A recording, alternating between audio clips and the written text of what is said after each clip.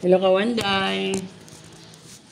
Ngayon, ang video natin ay papakita ko sa inyo ang ating mga na-harvest.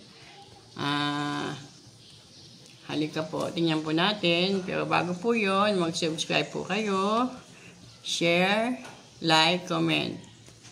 Thank you!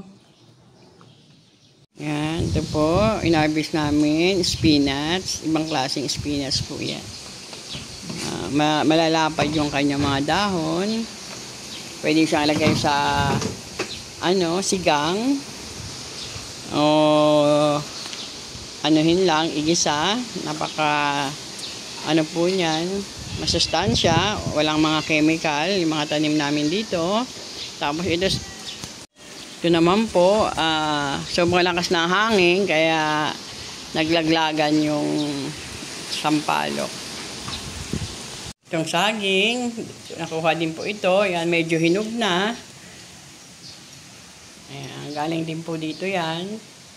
Ayan, napakaswerte lang po at madami kaming na-harvest ng makakain namin dito. Yan din po, galing din po yan. In-harvest namin mga 3 days ago na.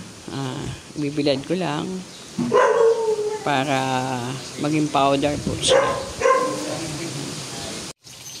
Pala, ito din pong tilapia. Yan, malapit lang po sa may lake. Yan, nakuha yan dito. Binili namin yan pero napakamura. Kasi nga, malapit sa amin. Kung mabibili nyo sa labas yan, magkano? Magkano kilo sa labas?